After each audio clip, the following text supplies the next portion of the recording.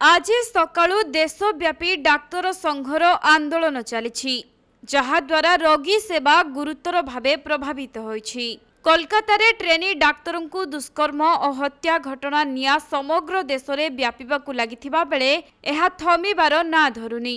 Trainee doctor विरोध में होइथिबा भयंकर निर्यातना प्रतिवाद रे आज इंडियन मेडिकल एसोसिएशन देशव्यापी विरोध प्रदर्शन करुछि। एथिजोगु रोगी सेवा गुरुतर भावे प्रभावित हेउछि। आज सकाळ 6टारू आसंता काली सकाळ 6टा पर्यंत 24 घंटा काल आंदोलन करा जाउछि।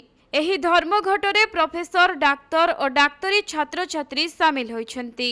इमरजेंसी सेवा छाड़ी ओपीडी ओटी और लैब सेवा बॉयकॉट पई आह्वान दिया जाइछि।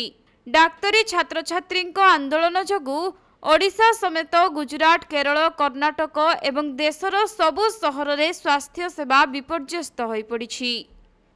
सेपटे स्थिति बेकाबू हेउथिबारु सीबीआई एही घटनार जांच करुछि एवं अपराध स्थल रे थिबा प्रमाण नष्ट करा जाई नथिले सीबीआई ठीक भाबे जांच करी प्रकृत दोषी निकटरे पहुंचिबो बोली आशा करा जाउछि।